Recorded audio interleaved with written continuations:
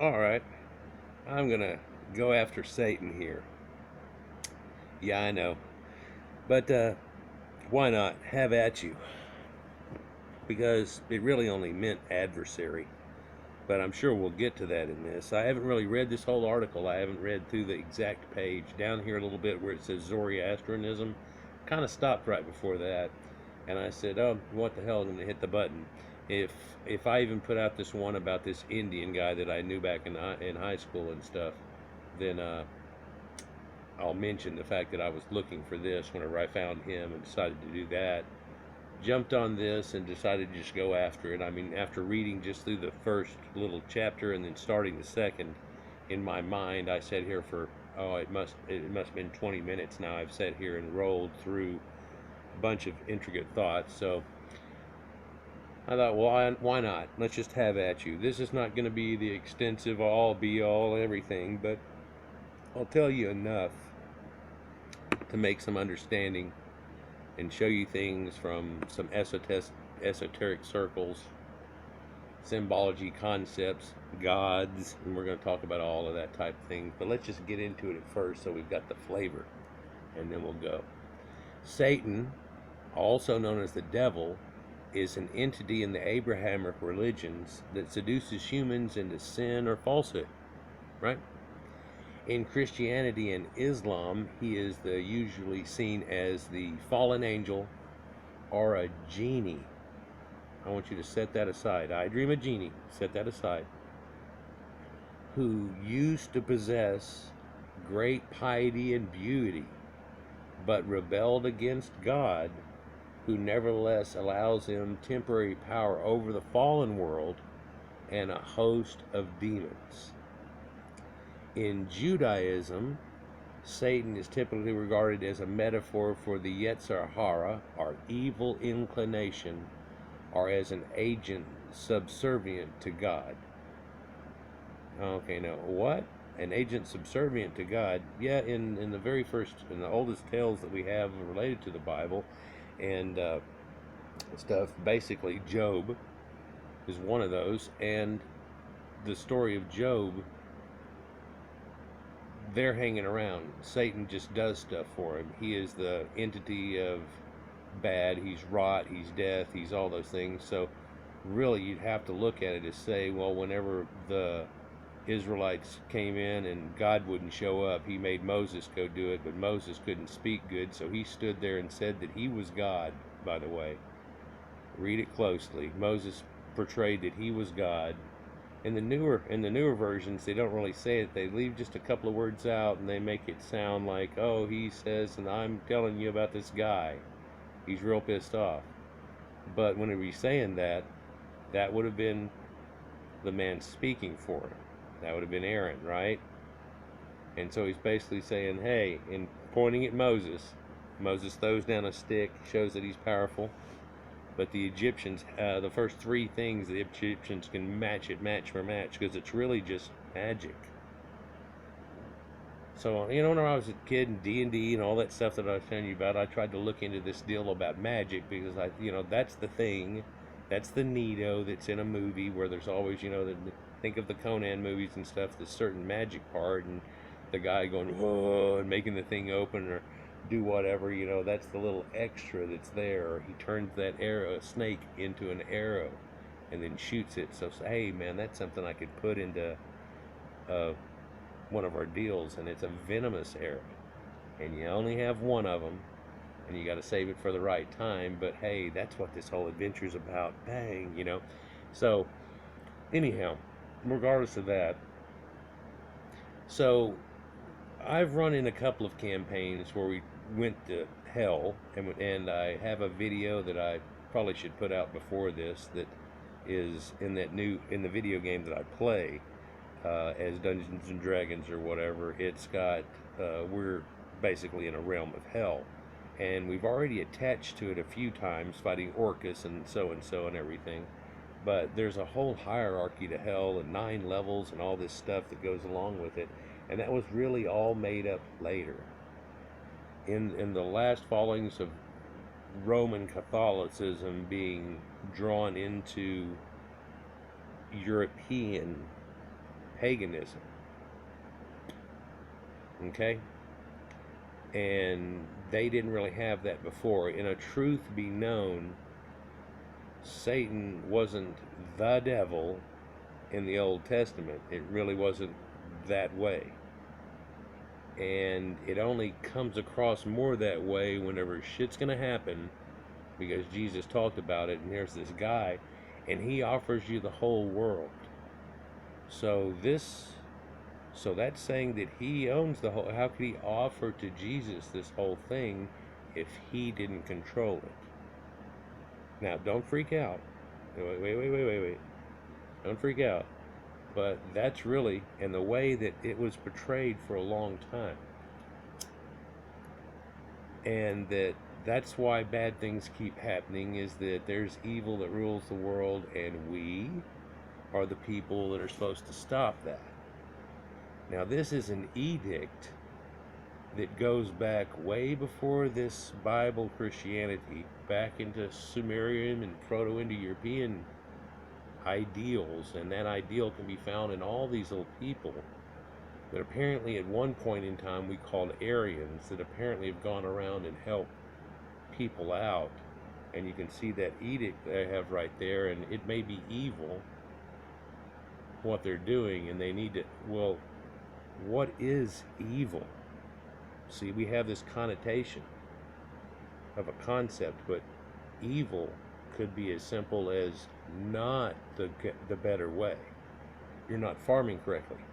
You're not even irrigating. You're living on a river and farming over there.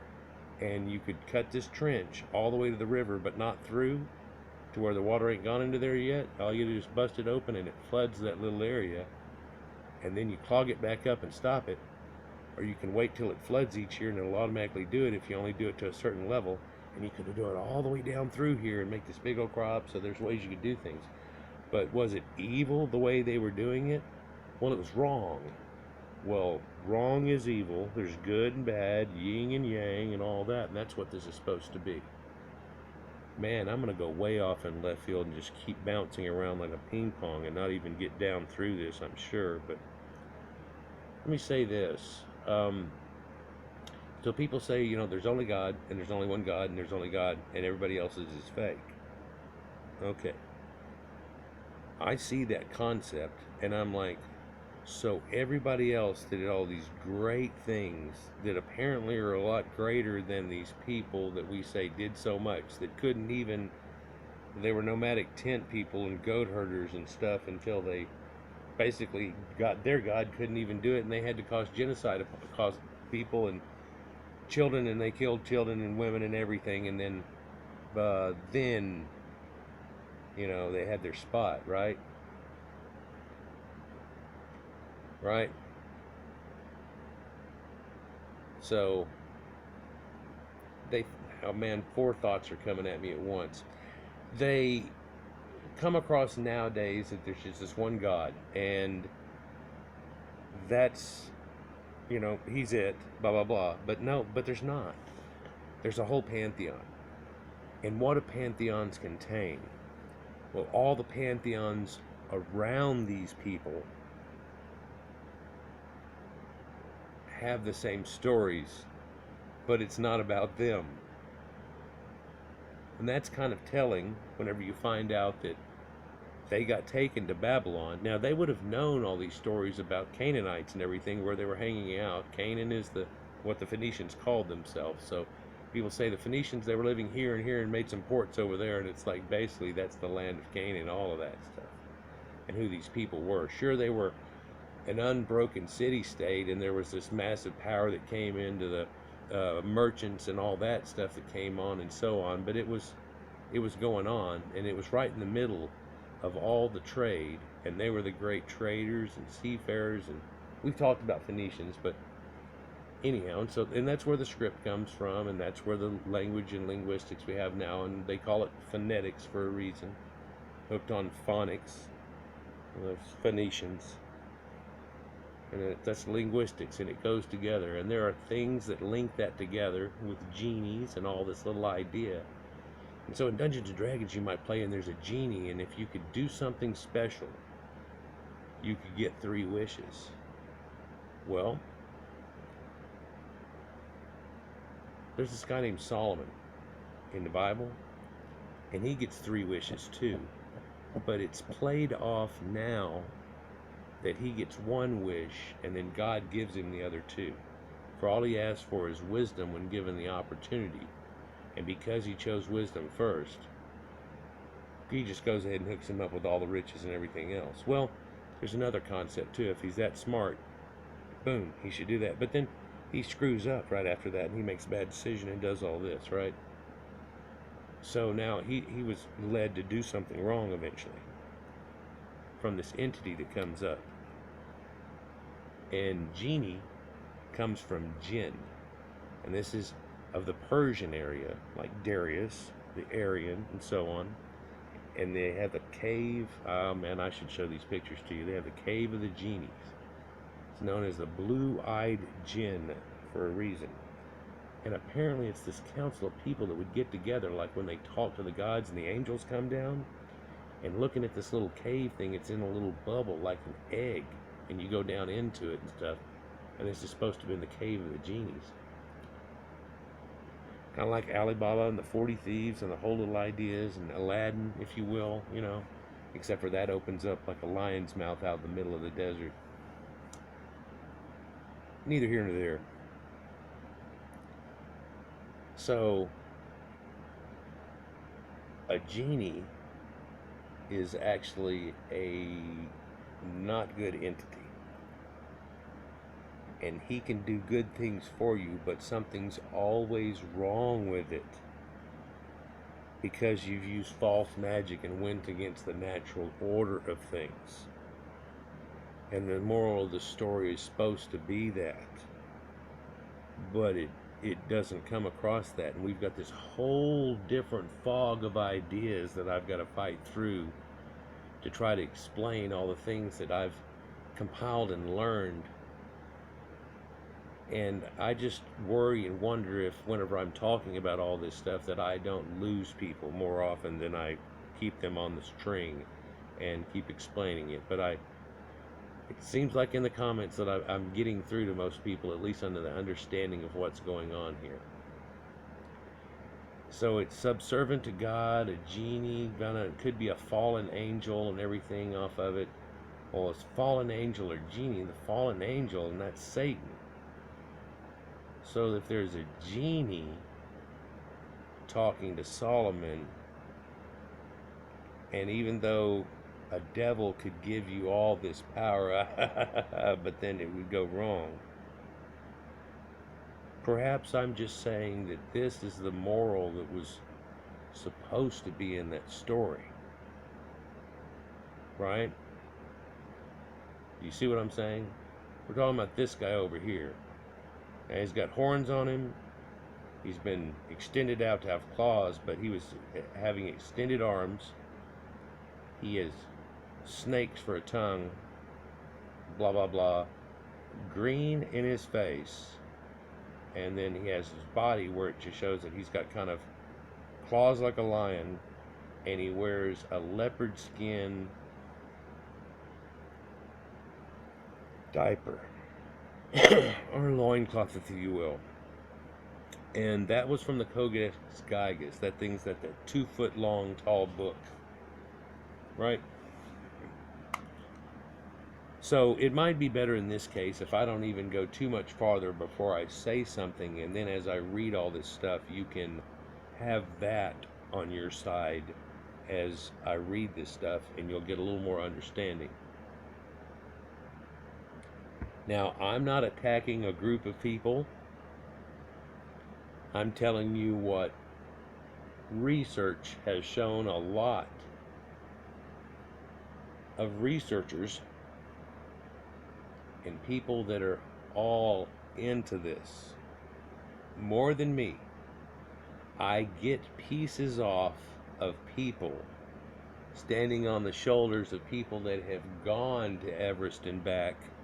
And I climb a smaller mountain and it gets a little cold, and yeah, there's some snow there and I can maybe ski, but what's going on? What's the word?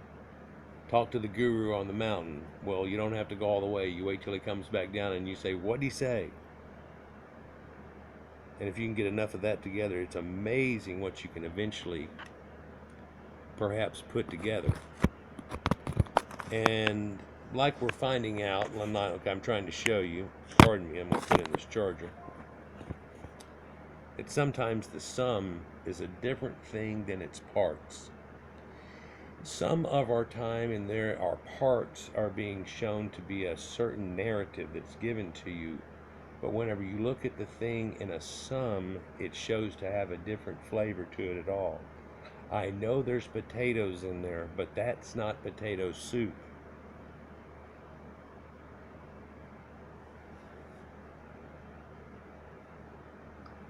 Okay, so let's just say it.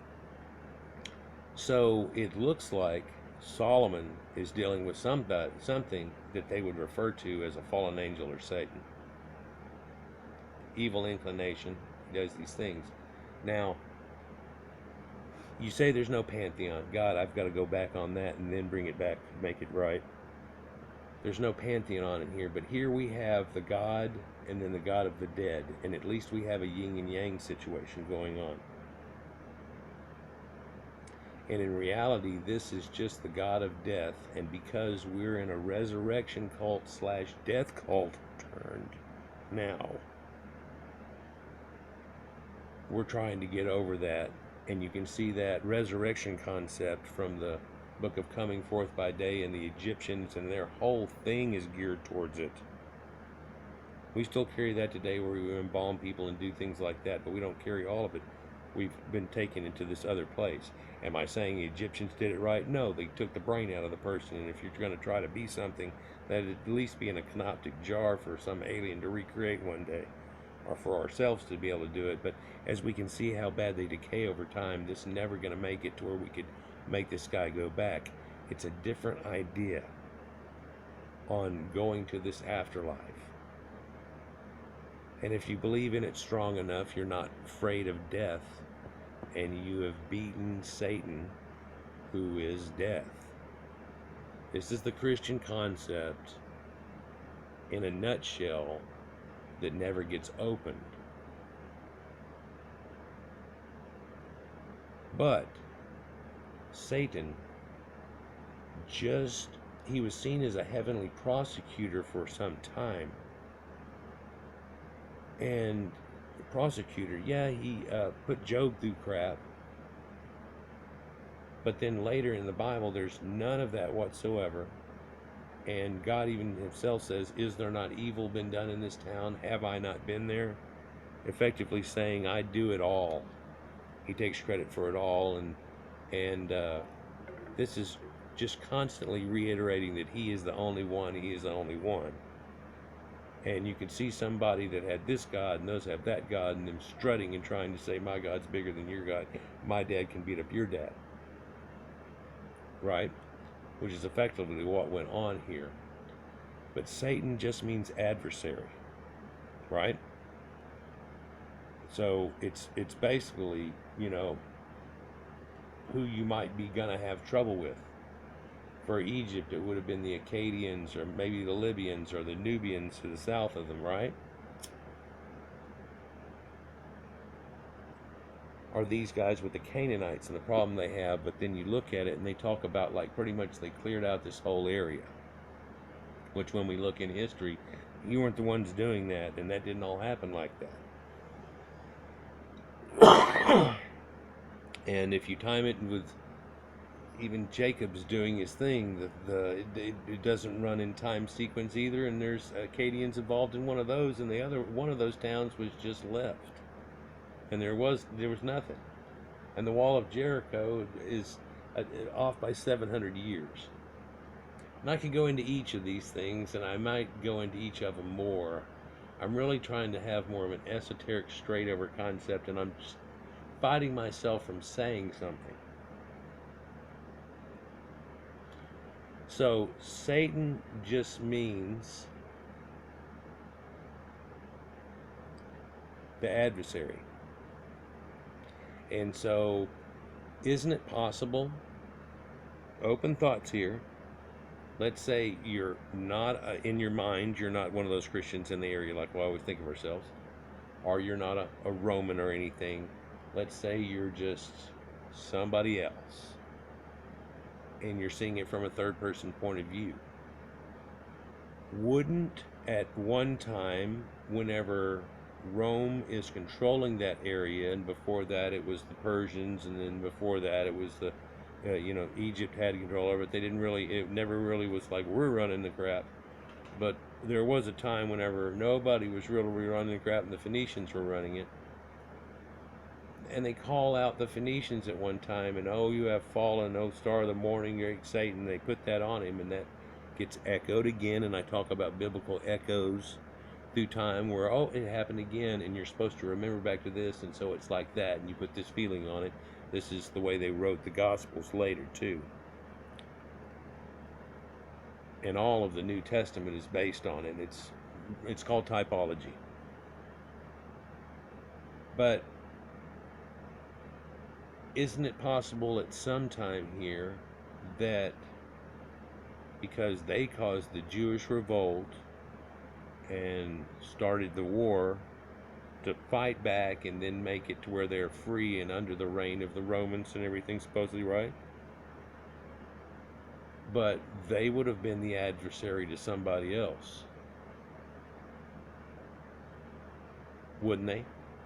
At that moment, they would be the adversary to what's going on. Do you follow me? So it's entirely possible that what we're talking about is an adversarial situation.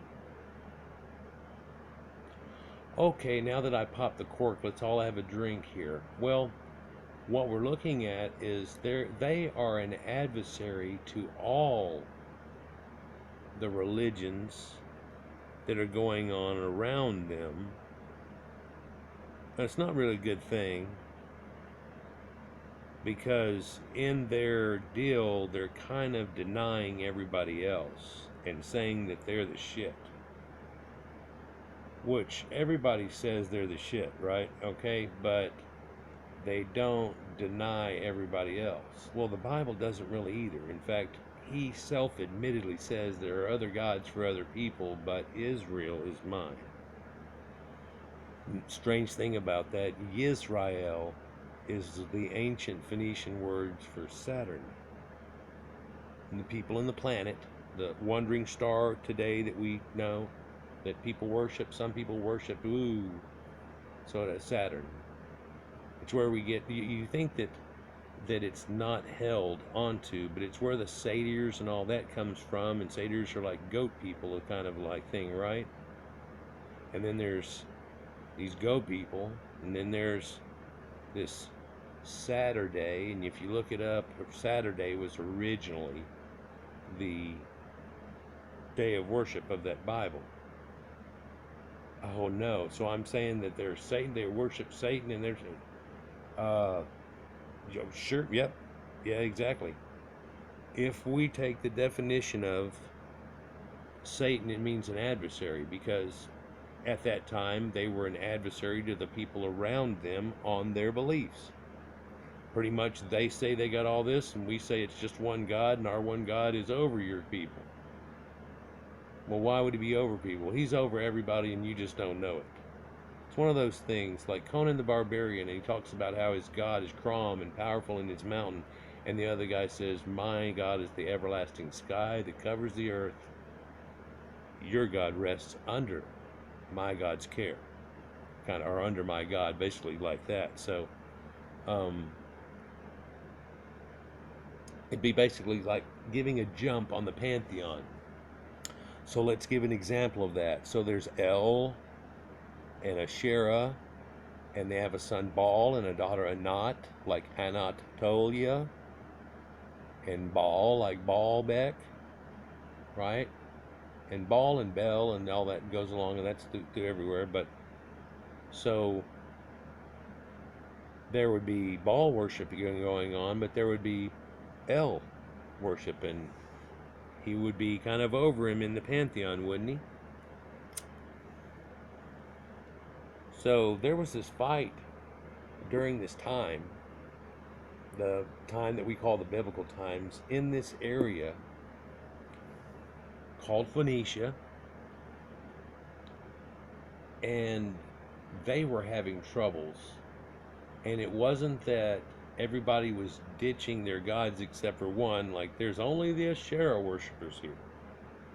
For every one of these things, in fact, whenever they call out the Baal worshipping guys, whenever the guy calls down lightning, they spend all day, the famous tale, and the lightning comes down and then starts a fire, and then they kill all the Baal worshippers supposedly. But if you'll read it, they've got Asherah worshippers there too, and they just aren't even mentioned. Like, gonna keep those priestesses right there. Well, in reality, the idea is right there, it goes back from Baal worshiping to El worshiping. And there's a story how it goes through it. And you know what? They even have this whole pantheon idea, and it's a cycle of the year. And it's one of those silly explainings of why there's summer and spring and dying and resurrecting and starting all over again in the year that goes along with the seasons. That's just like the tales about dying December 21st and 3 days later rising again of the sun god, of all these Aryan people that help control everybody in this area. There's no difference in it really, except for they've turned around and made everybody their enemy. And so from every point of view, when religion ran through, they were the Hasatan, they were the adversary that they had to overcome. And it really just blended in a way. And we kept the holidays and all kinds of stuff and kind of rewrote it to be this one all kind of thing. And that's what it ended up. And in reality, if you look at it, what's strange is I can totally refute the Bible, like I'm talking about doing here, where there's nothing left. If I show you each little part of it, I can tear it up, and there's talking donkeys and snakes and stuff. And listen, this is all tales of old, and tales of magic, and things like that, and things that happen, and stuff that's just not a coincidence, but something happened. And here's the story which tells you why the volcano erupted. Or here's the story of what happened whenever, this happened, that happened.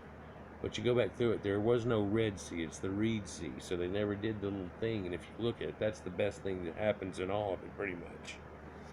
And you don't think there were rainbows in mists of water? Because that's a prismatic effect. I mean, if we have to go to Galileo and, Newton and stuff and figure it out here, but we've gotten past certain ones of these things, but all of this is knowledge. And what's amazing is the stories that go along with it, because it was written by the Greeks, shows that they have all this knowledge of damn near the speed of light and distances of things, which I'm going to go into sacred geometry and distances here in a next video or two. Well, I don't know if I've got some lined up. It's coming. I've made a mention of it too. And it describes where mile and feet and all these things come from, and how that all works with the world, and as above, so below, and so on. But rather to get on with this, I guess, I'm not even sure I want to read this whole thing now, because I've really pretty much popped my cork, and everybody's had a couple of glasses of champagne now, and we just want to hear some music and whatever, right? So he first appears in the Tanakh as a heavenly prosecutor. Yep, so he's really just a Satan type thing. No, he's really just a Pluto or Hades. None of these guys were supposed to be bad. In fact, there's a twist on this story, for this god supposedly that controls the living got the raw end of the stick. What? Yeah, check it out. It was a big screw over the whole time. Why? Well, if you think about it, he gets to have you for your 70, 90, maybe make it 100 years, hopefully. I hope all of y'all have a good, long life. But then the devil gets to have you forever. And forever's just a little bit longer. And so, which one really gets a longer length of time and all that happens? Well, you can go to heaven. But by reading all the crap about it and everything, it's easier to get a camel through an eye of a needle. And there's a story about that too. For in the Bible, you don't think there are dragons, but there are dragons like 16 times in there. And there's unicorns, we've talked about that a little bit, talking donkey, all kinds of things. And people still go with it. I've talked about animism and how these people used to have butterfly wings and bird wings, and this idea, and way back, that comes from as far back as I can find. A cultural thing that seems to be a big one is when these people die, they put them up on this dais. Now, they used to, at one point they burned them, like in Conan or whatever, or like Star Wars, and their smoke is all taken up into heaven or whatever, and that's the idea of the sacrifice, and they burn it. God loves the smell, all that type of thing, right? But before that, it was really pretty much birds, and even some people had kept the bird thing going on. And there's even some places that all the way up into this last century were doing it over in the East, and still putting people up on daises and letting the birds take the body for a long time and then redoing another burial form. But, and I should have that in another video instead of just spouting it out here. But all of it's based on a rebirth cult and stuff. And so the concept doesn't even go along with the Bible, because when you die, you go to heaven or you go to hell. And if this God is great, why would he even make a hell? Well, the Satan is so powerful, he made his own heaven too. This is the pagans' heaven that they have. But for you, I'm going to tell you that it's hell because they don't like them. They're bad. Who doesn't?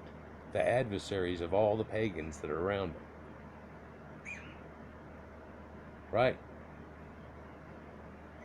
And when the Romans saw that they weren't going to have a good outcome of this, and their ideal was to have some warrior guy that was going to be half God, that was going to come down named Emmanuel, his name wasn't Jesus, they ended up writing the New Testament to go with a soft note and give unto Caesar and all those things. I've talked about it in a few videos, and I will do a separate one on that because that deserves its own. Just like this supposed Satan, and everybody thinks, oh, that's whenever something bad happens, that you have a bad guy on your shoulder and a good guy on your shoulder. No, that's you. That's you and your choices, and you choose to take away, and a path, and a choice, and a path, and a choice, and a path, and a choice. And you don't have to go back to just quit making those choices and taking that path, but take the other path. Perhaps at this point, as far as you are, it would be the path less taken, and find your way back to greener pastures. The Bible is full of good tales. The Bible is full of bad tales. The Bible is full of things that are correct. The Bible is full of inaccuracies. The Bible is full of truths, and the Bible is full of shit. But what it speaks of, and what it denies, and what it says, oh, that wasn't them, that was my God, and everything, deals with all the pagans around it and their beliefs, encompassing them, just swallowing them up and saying, no, that was me. And it's a continuation. So why I say I can destroy it, I can't destroy what its essence is, because that goes to a time for time in a people all through this area. And it's in other religions too, like Hinduism, Buddhism, all these things I've talked about and who those were. It started off some of those, and dealing with people way far away that we didn't even think we knew of at the time, like Silk Road and all that. Shows you where people perhaps got assisted and not made like in a modern day. You think, well, Christianity went everywhere and shoved books in their faces, and it's like, doesn't look like that was going on back then. Sure, there ends up being a war. It all really looks like they would help them out for a period of time, and then they'd try to rebel. Kind of like the Hyksos situation. They brought something badass and new. After a little while, they kicked them back out, but kept the badass and new, and it sure helped them out. Helped out the Hyksos, too. There was a great time of famine, or they wouldn't have gone there. But that's another story. So, man, I can't get through this. I have too much to talk about and don't want to read. He's a member of the sons of God and that are subordinate to Yahweh. That's what it says right here. Now, these sons of God, a lot of people say, is a phrase used in the Hebrew and a Christian apocrypha, which is unveiling. But revelations means let it be known, the unveiling, and it never has been. Trying to help now with it. The phrases used in the Kabbalah where B'nai Elohim, plural, are part of different Jewish angelic hierarchies. So this is got all kinds of pantheon going on with it. And then when you figure they've got saints that you can pray to and they can bring things to you, like St. Christopher and many others, for what they did, and they have runs for simple as just toothaches and stuff, for Christ's sake.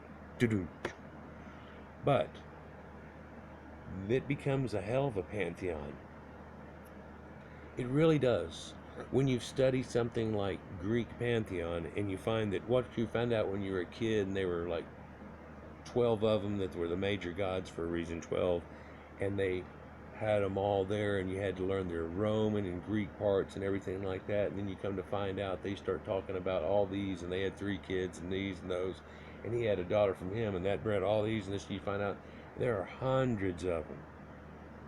Hundreds. Well, there's 200 fallen angels, and it's 1/3 of the angels in heaven. So there's that many in the pantheon, and each one does a little something. So what we got going on? Oh, well, everybody's got a guardian angel.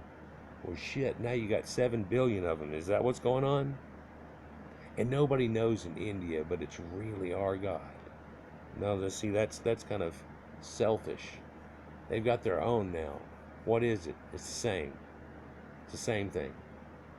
It's all the same. It all fits like a puzzle. It's little variations on a theme, and isn't it nice that it is? Hey, I love the religion that is from our people. Even though I talk crap about it and can show you these things, I think it's cool. It must be. People have gleaned onto it, and everybody wants to be part of it for over 2,000 years. Sounds like it, huh? Well, when it gets pushed on you and your other thing gets taken away, but what you had gets melded with it, it kind of ends up being the lesser of 2 options if the other one is being wiped out of the planet by a people that would have been your adversaries at that point, right? So the people that were already in an area whenever the Proto-Indo-Europeans came down, that would have been the adversary. But there are the sons of God that are shown to be that. Just like I talked about in a recent Egyptian one, where the sons of God are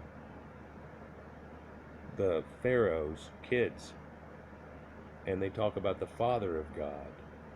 Oh, what the hell is that? Well, that's like Thuya and Yuya and stuff and everything, and then this guy gets the epitaph. Why? Because, well, he wasn't a pharaoh, but his son became pharaoh, and the pharaohs are gods.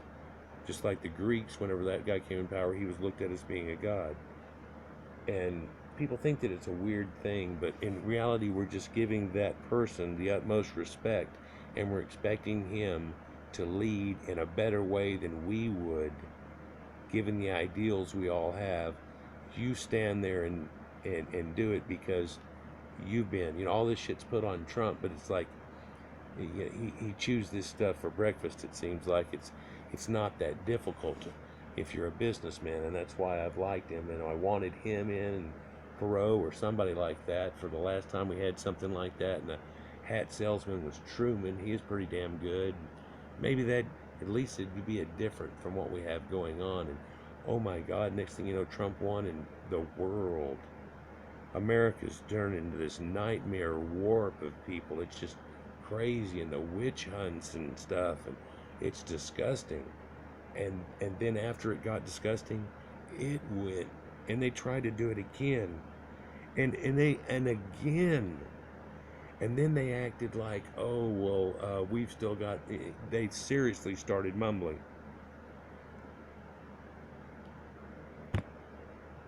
knowing full well just how silly it looked. No, they don't, or they wouldn't do this unless they're just trying to shoot themselves in the foot, and that would be terrible for our country too.